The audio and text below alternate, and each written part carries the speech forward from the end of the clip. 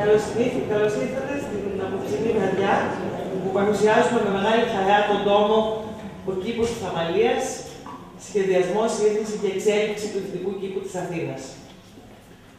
Ο καθηγητής αρχιτέκτον πολεοδόμος και ιστορικός της πολεοδομίας Αλέξανδρος Παπαγεωργίου Βενετάς έχει μια βαθιά γνώση και αγάπη για την Αθήνα. Αυτό το έχουμε γνωρίσει και από τα προηγούμενα βιβλία του.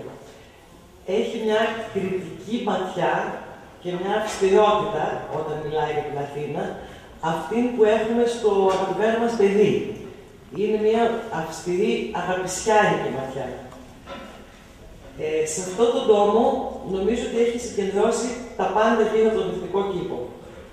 Πολύτιμο αρχαιακό υλικό, ιστορικά σχέδια και φωτογραφίες, τις πρώτες προτάσεις και τα αναλλακτικά σχέδια για την πόλη, τις ενέργειες της Βασίλισσας Αμαλίας που νέο κορίτσι οραματίστηκε και υλοποίησε αυτόν τον κήπο, τον παρακολουθεί μέχρι σήμερα, θίγει τα σημερινά προβλήματα και προτείνει λύσεις. Στον τόμο υπάρχει και μια υπέροχη σημερινή φωτογραφική αποτύπωση του τύπου μέσα από τον ευαίσθητο φακό του Λεωνίδα Κουριαντάκη. Είναι ένα βιβλίο που συνδυάζει, νομίζω, με εξαιρετικό τρόπο την εμπεριστατωμένη μελέτη με την πολιτεία ενός λευκόματος. Το βιβλίο κυκλοφόρησε το Δεκέμβριο και παρότι, όπως όλοι μάλλον ξέρετε, δεν μπόρεσε να παρουσιαστεί τότε, αγαπήθηκε αμέσως από τους Αθηναίους. Το ανακάλυψαν μόνοι τους, χωρίς παρουσίαση. Το χάρισαν, το αγόρασαν, το διάβασαν, το διέδωσαν. Ίσως αυτό μας λέει πόσο έλειπε ένα τέτοιο βιβλίο στην βιβλιογραφία, αλλά και πόσο αγαπάμε και νοιαζόμαστε αυτόν τον κήπο που είναι δίπλα μας, που πολλοί από εμάς εκεί πρωτοπερπατήσαμε και που πρέπει να τον φροντίσουμε και να τον αγαπάμε. Η έκθεση πραγματοποιήθηκε χάρη στη γενναιόδορη υποστήριξη του Ιδρύματος Ιωάννου Κωστόπουλου. Θέλω από καρδιάς να ευχαριστήσω τον πρόεδρο Γιάννη Κωστόπουλο που μας τιμάει και απόψε, καθώς και όλους τους ανθρώπους του Ιδρύματος για την υποδειγματική συνεργασία και για τη στήριξη που παρέχουμε σε κάθε επιστημονική, καλλιτεχνική και πολιτισμική προσπάθεια. Ευχαριστώ πάνω απ' όλα τον Αλέξανδρο Παπαγεωργίου Βενετά για την εμπιστοσύνη και τη σύμπνοια που διέπει πάντοτε τη συνεργασία μας. Θέλω ακόμα να ευχαριστήσω τους συνεργάτες μας, τον Ηλία τον Καφάουργο που επιμελήθηκε με πολύ φροντίδα τον τόμο, τον Νίκο και τον Ανέστη Κυριακίδη της Γράφικων και του Φωτόλιου και Τύπικων. Ξέρετε, πάντοτε το αποτέλεσμα, η τελική εικόνα ενός βιβλίου είναι συλλογική δουλειά. Θέλω να ευχαριστήσω ένα μεγάλο ευχαριστώ τη συγγραφέα και δημοσιογράφη κυρία Μαρία Καραβία, που είναι σήμερα μαζί μας να μας μιλήσει για το βιβλίο, το Μουσείο Μπενάκη και όλους σας που ήρθατε. Ευχαριστώ πολύ.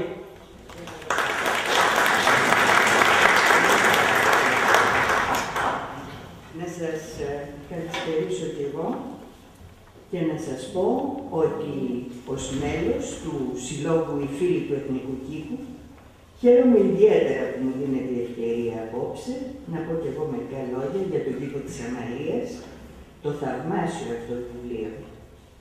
Είναι ένα βιβλίο που συνδυάζει τη γνώση του αρχιτέκτονα πολεοδόμου, καθηγητή Αλέξανδρου Παπαγεωργίου Βενετά, με την υψηλή στάθμη εργασία του εκδοτικού οίκου Ίκαρος. Και όπως ακούσατε από την κυρία Κατερίνα Καρίδη, πραγματοποιήθηκε με γενναιόδορη χορηγία του Ιδρύματος Ιωάννου Κωστοπούλου και αποτελεί μία ακόμα εκδήλωση έμπρακτου ενδιαφέροντος του Ιδρύματος αυτού για τον Εθνικό Κήπο. Το βιβλίο έχει μία ιδιομορφία. Είναι καρπός πολύχρονης έρευνας στην Ελλάδα και στο εξωτερικό. Ενδελεχής επιστημονική μελέτη. Και εντούτοις, με τις μικρές ιστορίες που αναφέρει, με τις ωραίες φωτογραφίες του, με την παράθεση εκτενούς ανθολογίας κειμένων που έχουν γραφτεί κατά το παρελθόν για τον κήπο, γραπτά τεκμήρια τα ονομάζω συγγραφέα, διαβάζεται και σαν παραμύθι. Παραμύθι που διαδραματίζεται σε ένα νεοσύστατο κράτος, στην άνυδρη πρωτεύουσά του, που δεν έχει πλούτο, αλλά έχει φυσική ομορφιά και ένδοξα αρχαία ερείπια. Οι πρωταγωνιστές είναι τρεις. Η Αμαλία, μια νεαρή βασίλισσα. Ο Λουί Φρανσουά Μπαρό, Γάλλος υποτέχνης, με προϋπηρεσία στην αυλή του Σουλτάνου, στους κήπους του Ντολμαμπαξέ. Ο Φριδερίκος Σμιτ, πρόσος αρχικυπουρός, αφοσιωμένος τόσο στα λουλούδια και τα δέντρα, ώστε αποσύρθηκε από την υπηρεσία σε βαθύ γύρες και μόνο όταν μέσα στον ίδιο του τον κήπο ένας κεραυνός τον χτύπησε στα πόδια. Ο Σμιτ είχε παντρευτεί στην Ελλάδα με μια Ιδρεοπούλα, απέκτησε 9 θυγατέρες και ένα γιο και αμέτρητα εγγόνια, ένα από τα οποία ήταν και ο ζωγράφος και ποιητής Νίκος Εγγονόπουλος, που τον ζωγράφησε κατά τρόπο εγγονοπουλικό βέβαια, με φόντο την πύλη του Αδριανού που βρισκόταν η κατοικία του και με ένα κόκκινο τριαντάφυλλο στο χέρι. Υπερήφανος τίτλος του έργου «Ο παππούς μου, ο Φριδερίκος Σμιτ». Από το βιβλίο μαθαίνουμε με λεπτομέρειες πως τα τρία αυτά πρόσωπα παρέλαβαν μια χέρσα έκταση γύρω από το νεόδμητο παλάτι και τη μεταμόρφωσαν μέσα σε ελάχιστα χρόνια σε ένα παραδεισένιο και μεγάλης βοτανικής αξίας κήπο. Θα έλεγα λοιπόν αυτή την εξαιρετική έκδοση βίβλο γενέσεως του Εθνικού Κήπου, γιατί είναι ένα πόνημα που αναδεικνύει τη χωροταξική σύλληψη του κήπου και μάλιστα τόσο πιστά, ώστε μερικές φορές νομίζει κανείς ότι παρακολουθεί το βλέμμα των παλαιών δημιουργών του να πλανιέται επάνω από τα φυτά, τα δέντρα, τα μελετημένα ανοίγματα προς τις μαγευτικές θέες, τα μενεξιδένια βουνά, τις αρχαιότητες και τον απαστράπτοντα σαρονικό. Αλλά αναδεικνύει και αξιολογεί και τις ταπεινές λεπτομέρειες. Τις βοτσαλωτές αμπολές, τα ριάκια δηλαδή από όπου κυκλοφορούσε το νερό και πότιζε τα φυτά, τις χαμηλές σιδερένιες περιφράξεις των μπακτεριών και άλλα. Λεπτομέρειες ταπεινές ίσως, που καθίστανται ωστόσο σήμερα αποδεικτικά της προσοχής, του γούστου και της αγάπης με την οποία σχεδιάστηκε αυτό το μεγάλο βασιλικό περιβόλι. Το βιβλίο είναι όμως και κάτι ακόμα. Ένα πολύτιμο εργαλείο. Ένας μπούσουλας που καθοδηγεί αλάνθαστα για την αυθεντική μορφή του κήπου, εκείνους που έχουν αναλάβει την τύχη του κήπου σήμερα και όσους θα διαχειριστούν την τύχη του κήπου στο μέλλον. Είναι ευρύτερα γνωστό ότι στουόθωνα τα χρόνια ο σημερινός Εθνικός Κήπος ήταν μια όαση σπάνιων φυτών και λουλουδιών που η νεαρή βασίλισσα, ρομαντική προσωπικότητα του 19ου αιώνα, δημιούργησε στο κέντρο της Αθήνας γιατί λάτρευε το πράσινο η ίδια, αλλά και γιατί ήθελε να προσδώσει ευρωπαϊκό πρόσωπο στην πρωτεύουσα του νεοσύστατου ελληνικού κράτους, ένα εξαθλιωμένο χωριό στην πραγματικότητα που έβγαινε από τουρκοκρατία αιώνων. Ο κήπος απορροφούσε ετησίως το 1/20 της βασιλικής χορηγίας και ήταν βέβαια ιδιωτικός. Ελάχιστες ώρες επιτρεπόταν η είσοδος στο κοινό και μόνο όταν οι μεγαλειότητες απουσίαζαν. Κάπου στο βάθος του νου της όμως, η Αμαλία είχε επίγνωση ότι το έργο της προορίζεται να ζήσει και μετά την ίδια. Ελπίζω η ιστορία να μου δώσει κάποτε τον τίτλο της βασίλισσας των φοινικόδεντρων, έχει γράψει. Αυτά τα κομψά εξωτικά δέντρα, οι φοίνικες, ήταν η μεγάλη της αγάπη. Οι ηγεμόνες της εποχής, πρέσβεις ξένων χωρών, τοπικοί άρχοντες από διάφορα μέρη της Ελλάδος, τις έστελναν φοίνικες κάθε λογής και ποικιλίας, πολλοί από τους οποίους έχουν επιβιώσει ως σήμερα. Από τις εμβληματικές Ουασιγκτόνιες της εισόδου, ως τις αμέτρητες ποικιλίες που είναι φυτεμένες εδώ και εκεί, κάποιες από τις οποίες είχε στείλει από τις όχθες του Νείλου ο γεννημένος στην Καβάλα αντιβασιλεύς της Αιγύπτου, Μοχάμετ Άλι. Η μεταφορά του στην Αθήνα ήταν τεράστια επιχείρηση. Τα δέντρα είχαν τέτοιο βάρος και ύψος που έφτανε κάποτε τα 20 μέτρα, ώστε ήταν αδύνατο να χωρέσουν στα μεταφορικά μέσα που διάχεται η πόλη. Έτσι, τις περισσότερες φορές έπρεπε να φτάσουν ως τον κήπο του παλατιού, τοποθετημένα επάνω σε κυλίνδρους που τους έσαρναν με σκοινιά ναύτες των πολεμικών πλοίων. Απτόητη Αμαλία τους έδινε ένα μικρό φιλοδόρημα και έσπευε να φυτέψει τα αποκτήματά της. Στις 11 Νοεμβρίου 1851, σε επιστολή που παρατίθεται στο βιβλίο του καθηγητή Αλεξανδρού Παπαγεωργίου, γράφει: «Σήμερα ξεφορτώνουν στον κήπο ωραιότατα σπερμοφυή φυτά που μου έστειλε η αυτοκράτηρα της Βραζιλίας. 75 αϊθαλή δέντρα, θάμνους και άλλα. Νομίζω ότι ξεκίνησαν από τη Βραζιλία στις 16 Σεπτεμβρίου και προχθές, στις 9 Νοεμβρίου έφτασαν εδώ. Πρώτα πήγαν στην Αγγλία, στον πρόξενό μας. Αυτός τα έστειλε σε έναν έμπορο στη Μάλτα. Από εκεί πήγαν στη Σύρο και από εκεί ήρθαν εδώ. Οι αποστάσεις έχουν πλέον ακμηδενιστεί». Μαζί με την ευαισθησία και το ρομαντισμό της, η Αμαλία διέθετε εργατικότητα όμως και πείσμα. Επέβλεπε η ίδια τις φυτεύσεις και την πρόοδο των δέντρων της και άφηνε σε όλους να εννοηθεί ότι από οποιοδήποτε πολύτιμο δώρο προτιμούσε ένα δεντρίλιο ή ένα σπάνιο φυτό. Έτσι, αμέτρητες ποικιλίες τριαντάφυλλων, μεταξύ άλλων και τριαντάφυλλα της Γρανάδας, έφτασαν στην Αθήνα από διάφορα σημεία της Ευρώπης. Ενώ φυτεύτηκαν χιλιάδες λεμονιές και πορτοκαλιές, 2.000 πορτοκαλιές τις έστειλε ως γαμήλιο δώρο ο δήμαρχος της Σπάρτης, έτσι. Ενώ έφτασαν στην Αθήνα ακόμα και φυτά από την Ταϊτή και την Κίνα. Μέσα σε ελάχιστα χρόνια η περιοχή γύρω από το παλάτι γέμισε αρώματα και οι αθηναϊκές νύχτες αηδόνια. Δημιουργική λάτρηση του πράσινου, χαρισματική ερασιτέχνη στην κυπουρική, όπως τη χαρακτηρίζει ο καθηγητής Αλέξανδρος Παπαγεωργίου, προσπάθησε να διδάξει την αγάπη των λουλουδιών και των φυτών και στους Αθηναίους. Ακόμα υπάρχουν εδώ και εκεί ανθεκτικές αγριοπιπεριές από τις δεντροστοιχίες που φύτεψε στην πρωτεύουσα.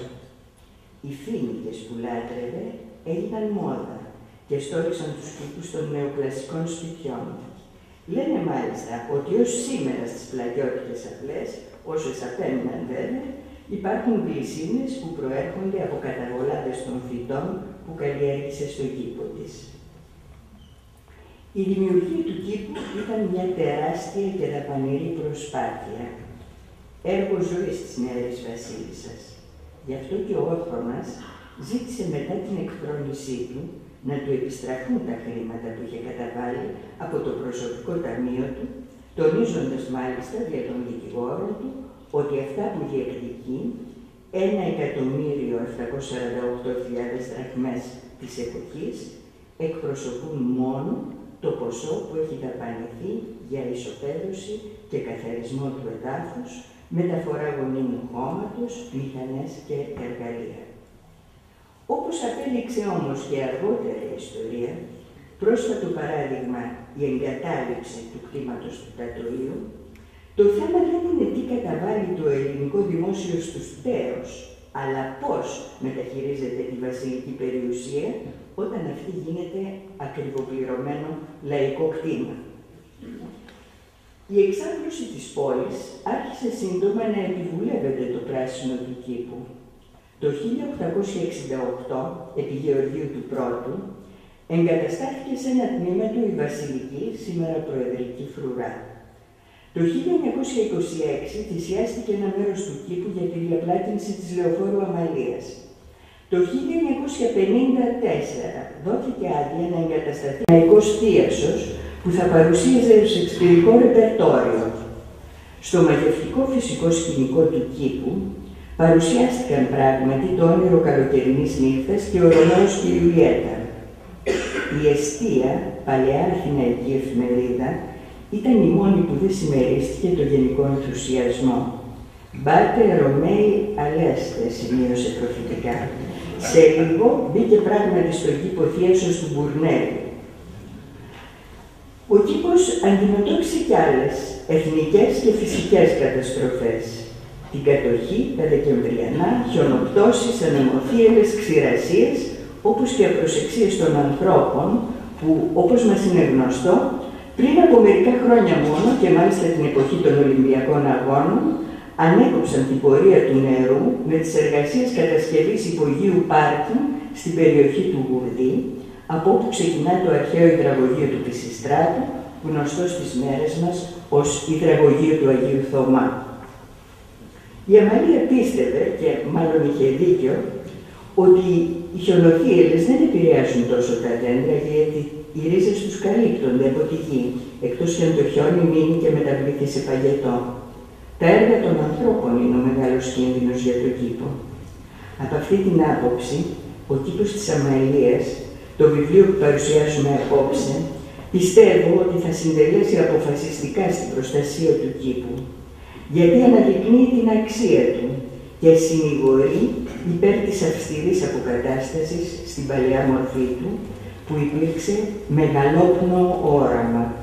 Ένα θαύμα που υπερεύαινε κατά πολύ τις δυνατότητες της πόλης και τις οικονομικές αντοχές του νεοσύστατου κράτους.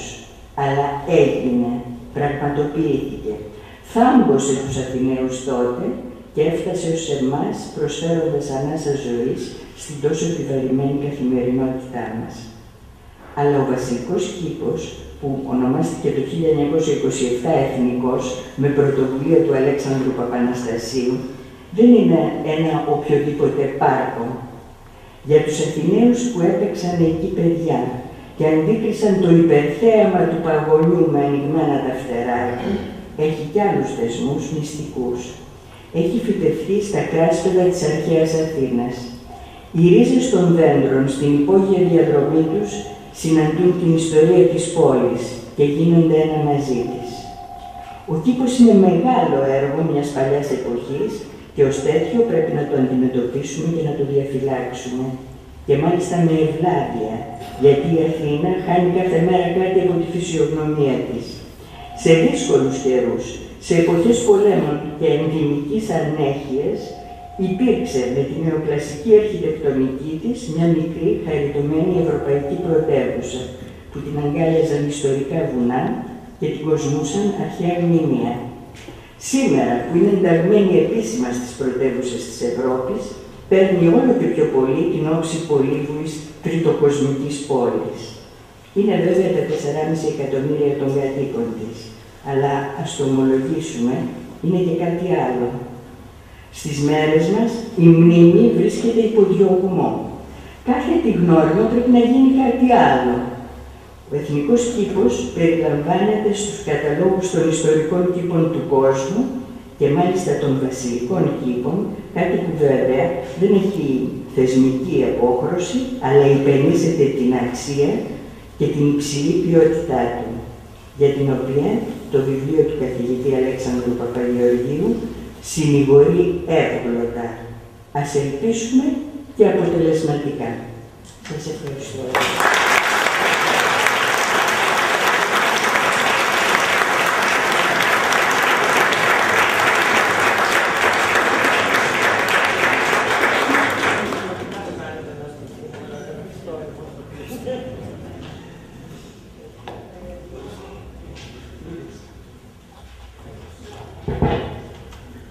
Αγαπητοί φίλοι, μια πάρα πολύ ευτυχή συγκυρία, χωρίς προσυνεννόηση με την αγαπητή φίλη, τα έφερε έτσι ώστε να κάνει μια διάλεξη για τον κήπο, την οποία έχω σκοπό να κάνω αργότερα.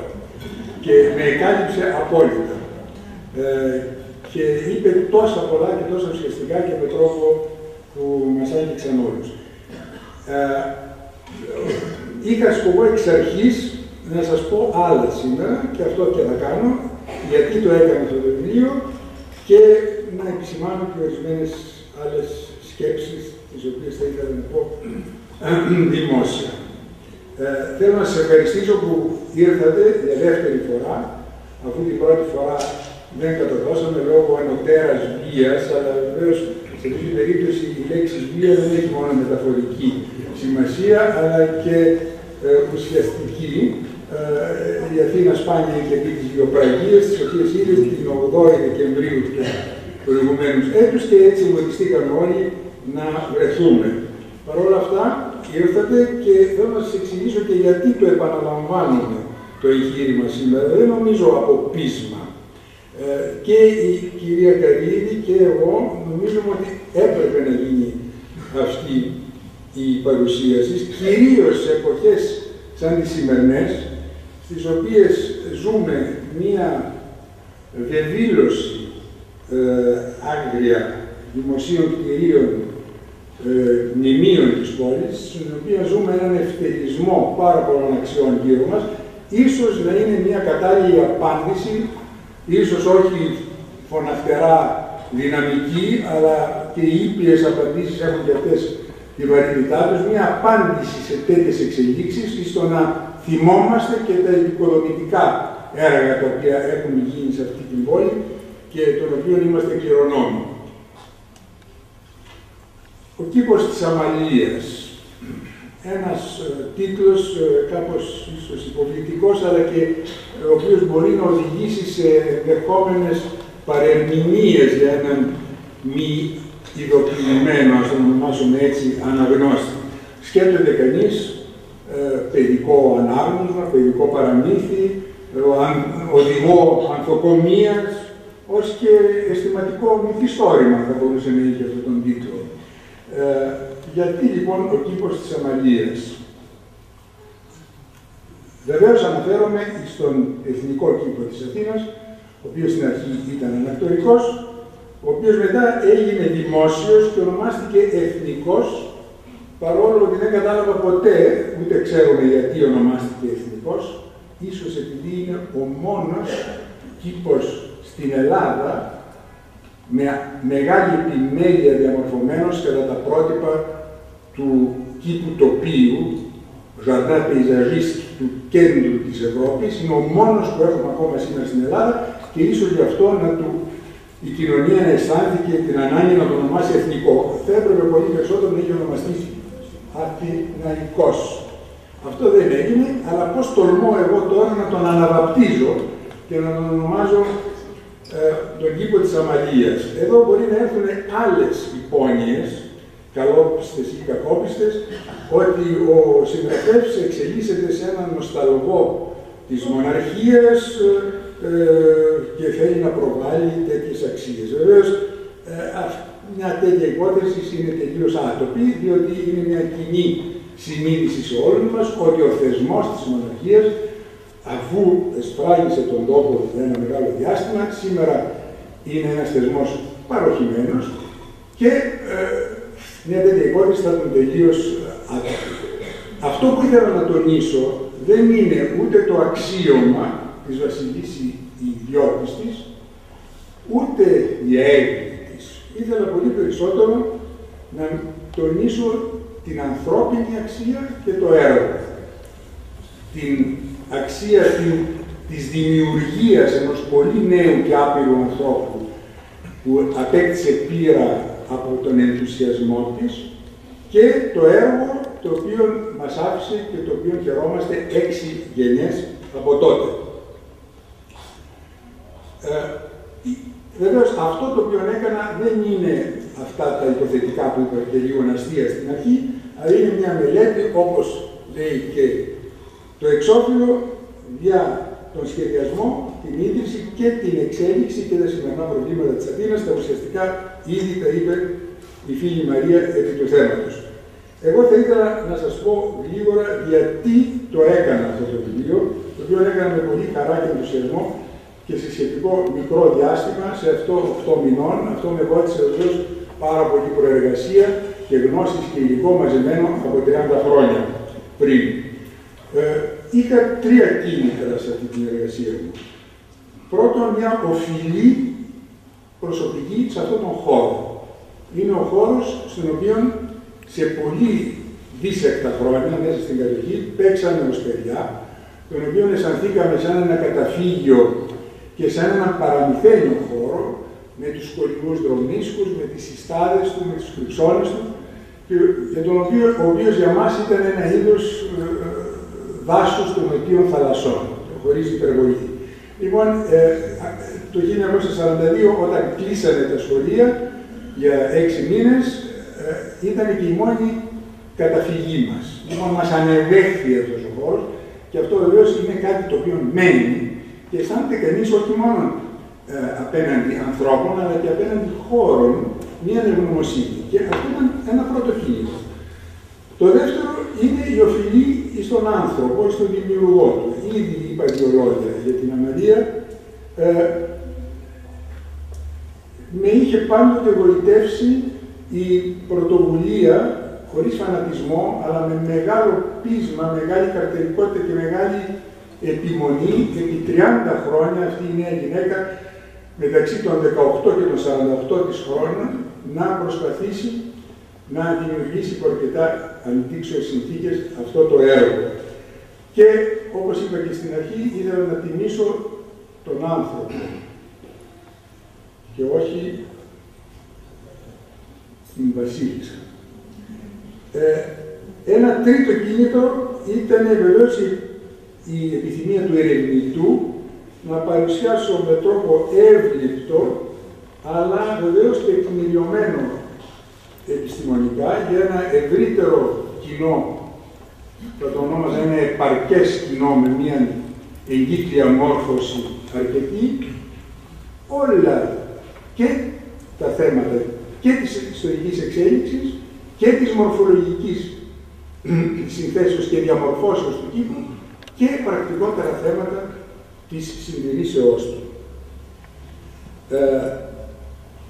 Αυτά ήταν τα κίνητρα τα οποία με όθησαν στη συγγραφή του βιβλίου.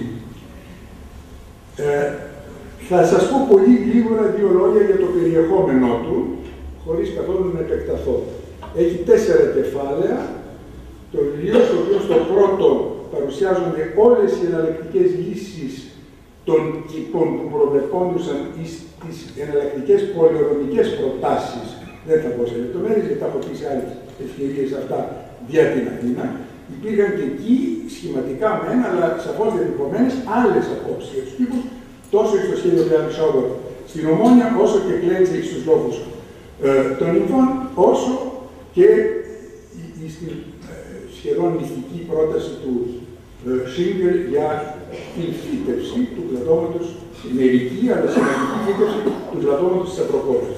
Αυτό είναι ένα πρώτο κεφάλαιο, το οποίο μας δείχνει ότι οι υφιστάμενες προτάσεις ήταν τελείως αλλιώτικες. Ο ίδιος ο Γκέρνερ, ο οποίος σχεδίασε το παλάτι, επρότεινε ένα τελείως συμβατικό σχέδιο, ένα ημικύκλιο Jardin la Française γαλλικής τεχνοτροπίας ανατολικά των ανακτόρων, σε μια κλίση που θα έφτανε μέχρι τα μισά του Πολωνικού σήμερα, ένα τελείως σημαντικό σχέδιο, το οποίο αγνόησε τελείως η Αμαλία και προχώρησε σταδιακά από 2 εκτάρια μέχρι τα 16 που είναι σήμερα ο κήπος, ή μέσα σε αυτά τα 30 χρόνια στην επέκτασή του.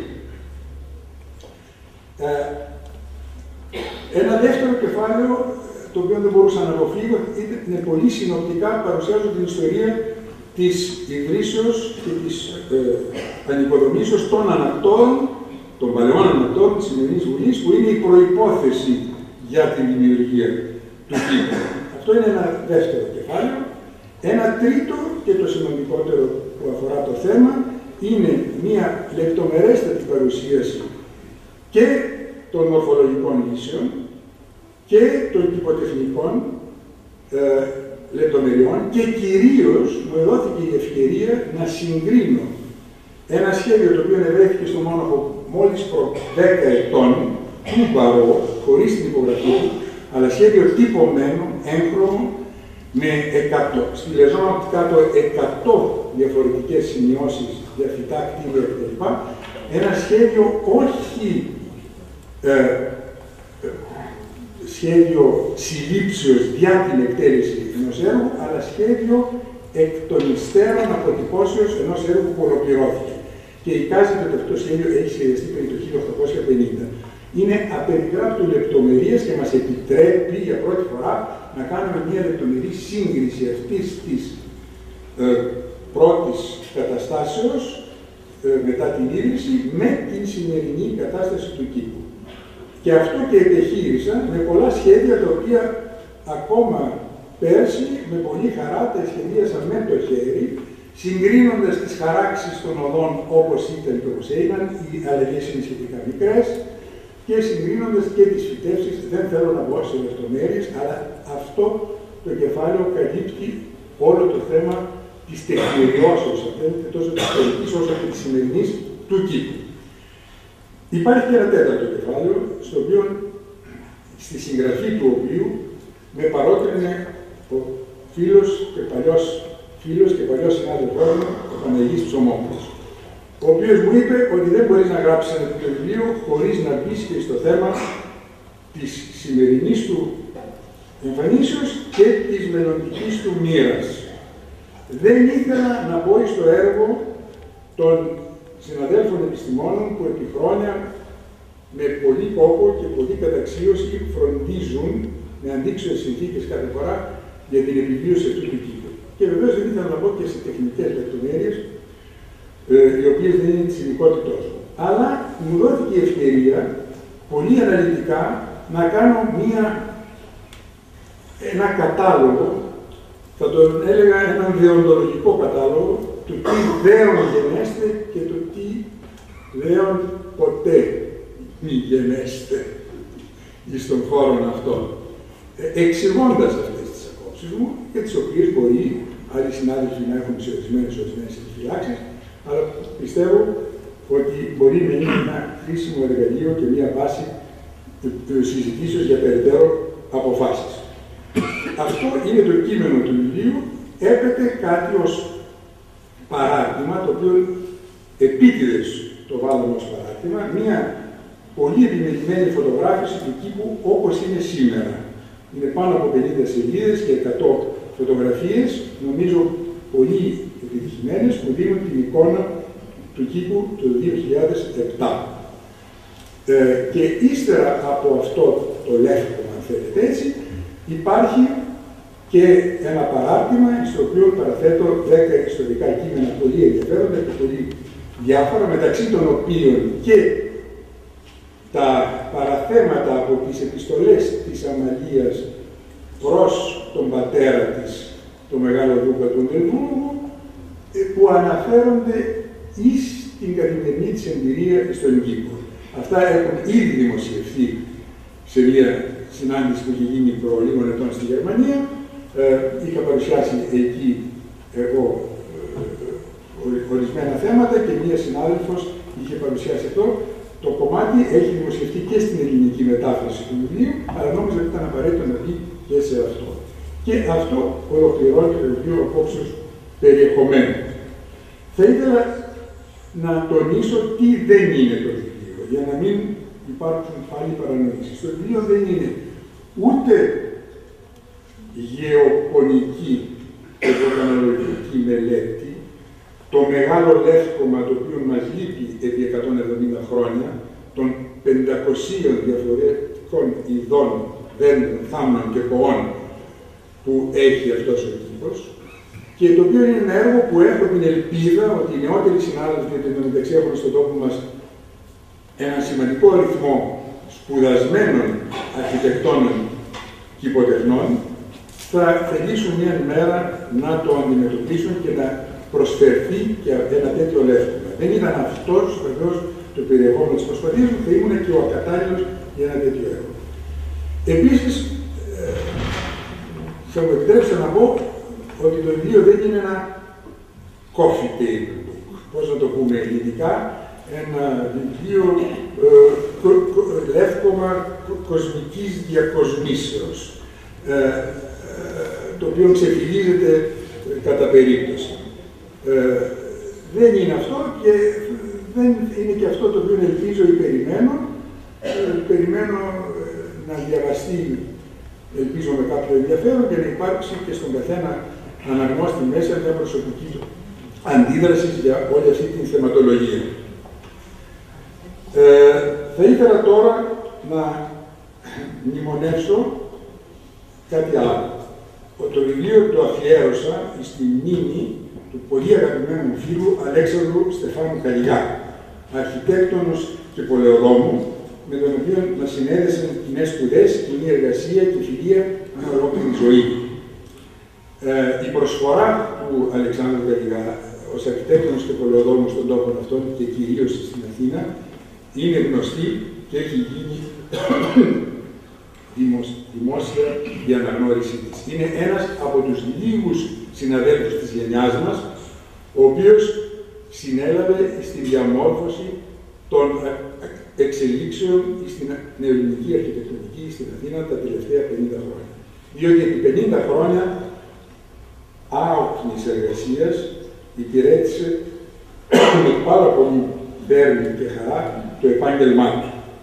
Το βιβλίο δεν το αφιερώνω όμως στον αρχιτέκτονα, αλλά στον άνθρωπο, με την ανυποχώρητη αιμονή στα ιδανικά του και στα ενδιαφέροντά του τα καλλιτεχνικά, με την μεγάλη του καλοσύνη και με την απίστευτη εργατικότητά του μέχρι τέλους, και ένα τελευταίο, με τη μεγάλη βοήθεια και συμπαράσταση που έδειξε στους νεωτέρους αρχιτέκτονες που μαθήτευσαν τον δάσκαλο, ο Αλέξανδρος Τελιγάς μας άφησε ένα παράδειγμα ανθρωπίνου μύθους.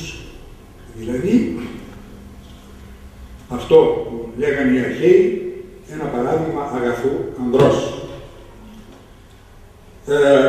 Θα ήθελα τώρα να πω σύντομα και τις ευχαριστίες μου στην αγαπημένη Κατερίνα Καρύδη, και αυτό θέλω να το τονίσω, ότι σεβάστηκε όπως σπάνια μια εργασία την οποία κάνω πάντοτε με τα χέρια μου, την σελιδοποίηση, το layout, την σύνθεση του βιβλίου. Ο Ίκαρος σεβάστηκε αυτή τη δουλειά την οποία είχα ετοιμάσει σε 1 προς 1 απόλυτα. Πράγμα που συμβαίνει πολύ σπάνια. Και γι' αυτό, και όχι μόνο γι' αυτό, αλλά και για όλους τους άλλους κόπους και της ιδείας και των συνεργατών, την ευχαριστώ πάρα πολύ. Επίσης, οι ευχαριστίες μου απευθύνονται στο Ίδρυμα Ιωάννου Κωστοπούλου, που με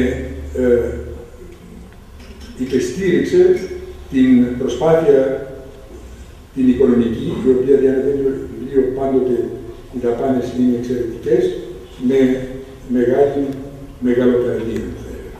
Αλλά ιδιαίτερα θα ήθελα και δημόσια να ευχαριστήσω τον φίλο κύριο Ιωάννη Κωστόπουλο, ο οποίος είναι παρόν, για κάτι άλλο. Για το ενδιαφέρον με το οποίο παρακολούθησε τα τελευταία 10 χρόνια την ερευνητική μου προσπάθεια για την Αθήνα. Και θέλω να τον διαβεβαιώσω ότι για έναν ερευνητή ένα τέτοιο ενδιαφέρον είναι και η μεγαλύτερη αναγνώριση και η μεγαλύτερη ικανοποίηση την οποία μπορεί να έχει. Θέλω να, τελειώνοντας, να πω πολύ λίγα για τα θέματα αυτά τα οποία χειρίζομαι στο 4ο κεφάλαιο για τη μοίρα του κήπου σήμερα και στο μέλλον. Τους κινδύνους τους οποίους επέρασε, ο κήπος μας τους διηγήθηκε η Μαρία κατά τρόπο γλαφυρότερο, δεν θα τους επαναλάβω. Είπε και αυτό, το οποίο έχω σημειώσει και εγώ, ότι σήμερα οι δυνατοί κίνδυνοι δεν είναι τόσο κίνδυνοι παραμελήσεως, αν και αυτοί υπάρχουν, αλλά είναι οι κίνδυνοι των λεγόμενων υπείων παρεμβάσεων, στις οποίες είμαι πάρα πολύ πάντοτε επιφυλακτικός. Διότι ελάχιστες αλλαγές σε ένα τέτοιο μνημείο, και μάλιστα μνημείο και τέχνης και φύσης, μπορεί να προδώσουν αυτό που τόσο ωραία διεθνώς ονομάζεται το genius loci, δηλαδή το πνεύμα, την άβρα, τον χαρακτήρα του χώρου. Από πολύ μικρές λεπτομέρειες μπορεί να συμβεί αυτό. Βεβαίως υπάρχουν κίνδυνοι αλλοιώσεως μορφής, αλλοιώσεως των χαράξεων, των διαστρώσεων, της ποικιλίας του φυτικού υλικού. Αυτές δεν τις φοβάμαι, διότι υπάρχει μια συνέχεια παραδόσεως και επίγνωσης και γνώσης, όσο πάει και περισσότερο του τι ήταν. Ένας τύπος δεν παραμένει ο ίδιος 200 χρόνια, αλλάζει και στη μορφή του, δεν μπορώ να σας τα πω αυτά τώρα. Ο κήπος αυτός ήταν ένας πάρα πολύ προς νότον ανοιχτός κήπος με οπτικές διασυνδέσεις προς το Αττικό τοπίο, το οποίο τότε ήταν ελεύθερο, με τα χρόνια επίκνωσε όλο και περισσότερο για να αυτοαμυφθεί έναντι της πόλης η οποία τον περιέσχιζε από παντού. Αλλά πάντως οι γνώσεις μας είναι αρκετές για να μην γίνουν λάθη σε αυτά. Και οι μεγαλύτεροι υπάρχουν από την παρίσφρηση χρήσεων ακαταλλήλων. Πάρα πολύ ωραία έχει μιλήσει για αυτά με ένα άρθρο του Κώστας Μπύρης προ 50 ετών, όταν ακριβώς είχε στηθεί το θέατρο για 10 χρόνια στο κήπο, η εισαγωγή θεατρικών παραστάσεων, εκθέσεις βιβλίου, όπως τις γνωρίζουμε από τον πεζοδρομημένο νέο δρόμο, τον Αθηναϊκό περίπατο και το τι επιπτώσεις έχουν, μουσικών θεαμάτων, γυμναστικά παιχνίδια, αυτά δεν έχουν τέλος. Βεβαίως αυτά δεν είναι ξένα προς τις χρήσεις ενός κήπου, αλλά ποιου κήπου? Ενός αυτό που ονομάζεται στην Ελληνική Ευρώπη Volksgarten, λαϊκός κήπος μεγάλων διαστάσεων. Όπως είναι ο Αγγλικός κήπος στο Μόναχο, όπως είναι το Bois de Boulogne στο Παρίσι, 300 εκταρίων εκτάσεις, οι οποίες επιτρέπουν μια τελείως άλλη χρήση και για παιδιές και για άλλες παρουσίες μεγάλων μαζών. Εδώ έχουμε να κάνουμε με ένα κομψοτέχνημα πολύ μικρής κλίμακος που δημιουργεί και αυτό τον ηθικό χώρο μέσα σε 500 μέτρα διάμετρο λόγω ακριβώς της ιδιοφυούς του χαράξεως, κήπος βοτανικός, κήπος ανακτορικός, δηλαδή σχεδόν ιδιωτικός στην αρχή, κήπος δημόσιος σήμερα, αλλά τον οποίο πρέπει να αντιμετωπίσουμε κατά τελείως αλλιώτικο τρόπο. Αυτά σας τα είπα όλα ελεύθερα, αλλά θέλω να σας πω και κάτι που έχω γράψει, γιατί πρέπει να το πω με κάποια ακρίβεια. Ο κήπος της Αμαλίας είναι καταρχάς ένα υψηλό αισθητικό επίτευγμα, μια διεθνώς σπανία σύζευξη αστικού πάρκου αναψυχής και βοτανικού κήπου. Το ξαναλέω. Ο ρόλος του μέσα στη σημερινή Μεγαλούπολη είναι πάνω απ' όλα, και ας μην σας ξενήσει αυτή η έκφρασή μου, είναι η δικιά μου έκφραση, ηθοπλαστικός. Εξοικειώνει μεγάλες μάζες του πληθυσμού με τον πλούτο και την ομορφιά του φυτικού κόσμου, αναπλασμένου βεβαίως από τον άνθρωπο, και προσφέρει με τα λόγια του Αθηναιωτή Φωκός Σταπύρη ένα χώρο δημόσιο που εξασφαλίζει, έτσι λέει τώρα ο Πύρης, τη μόνωση και την γαλήνη ως ο κήπος της εκστάσεως και της ρέμφης.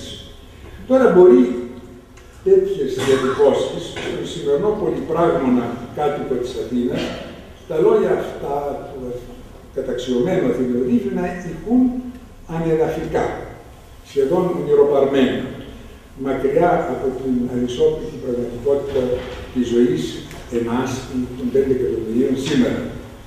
Κι όμως, ιδιαιτέρως υπό αυτές τις συνθήκες ψυχολογικής έντασης, αλλά και αφόρητης πυκνότητας κτισμάτων, οχημάτων και ανθρώπων που κυριαρχούν στην πόλη, η προσφορά του κήπου έχει ανυπολόγιστη αξία. Επιτρέπει την ψυχική μεταστροφή από την αγελαία και ασίδωτη μορφή της ύπαρξής μας μέσα στην πόλη, πάρα πολύ συχνά, σε μια ανάπαυλα στοχαστικότητας και ηρεμίας. Επιστροφή του ανθρώπου λοιπόν στον εαυτό του και σε μια εξευγενισμένη μορφή φυσικού αντιπροσωπογενούς τοπίου.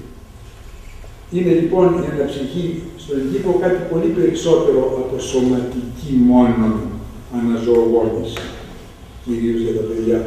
Είναι και, θα έλεγα, εξημέρωση του θυμικού μας, μας προσφέρει έναν εξανθρωπισμό. Τελειώνοντας, θα ήθελα να κάνω μια έκκληση στους συναδέλφους μου καθηγητές του Εθνικού Μεσογειακού Πολυτεχνείου, οι οποίοι άκουσα με μεγάλη ευχαρίστηση ότι πρόκειται να συμβουλεύσουν τον υπεύθυνο φορέα Δήμος Αθηναίων Εθνικός Κήπος για ορισμένες επεμβάσεις οι οποίες θεωρούνται σκόπιμες. Θα ήθελα να τους πω μόνο 2 λόγια. Με μεγάλη, για να κάνω και μια παραλλαγή στίχων του Καβάφη, με μεγάλη περίσκεψη και με μεγάλη νερβό να προχωρήσουν σε αυτό το έργο. Και θέλω να σας θυμίσω ότι η αθηναϊκή κοινωνία πιστεύω ότι θα δώσει εξετάσεις με τη μεταχείριση του κήπου. Οι εξετάσεις δεν αφορούν το εάν σεβόμαστε κατά περίπτωση ορισμένα στοιχεία της παραδόσεως, είναι αν κατανοούμε ότι ο μικρός σχετικά αυτός χώρος 16 εκταρίων μέσα στην πόλη, 400 μέτρα επί 400, προσδίδει στην Αθήνα μία έγκλη μεσοευρωπαϊκής μεγαλοπόλεως. Περισσότερο, πιστεύω, από όλα τις και τα σημαντικότερα μνημεία του κλασικισμού του 19ου αιώνα, αλλά και σημερινά δημόσια κτίρια σημαντικά. Τελειώνοντας, θέλω να πω ότι θα πρέπει να, αν μπορούμε, να πιστέψουμε στα λόγια του ποιητή. Τώρα θα αναφέρω τον Ελίτη, και ο καθένας μας να σταθεί με ευλάβεια και αγάπη, όπως το θέλει ο Ελίτης, μέσα στα δέντρα αυτά είναι τα λόγια του, που θα επιζήσουν το έθριο πρόσωπό σου. Και νομίζω ότι αυτό λέει και την ουσία αυτού που έχουμε να κάνουμε. Σας ευχαριστώ πάρα πολύ για την προσοχή σας.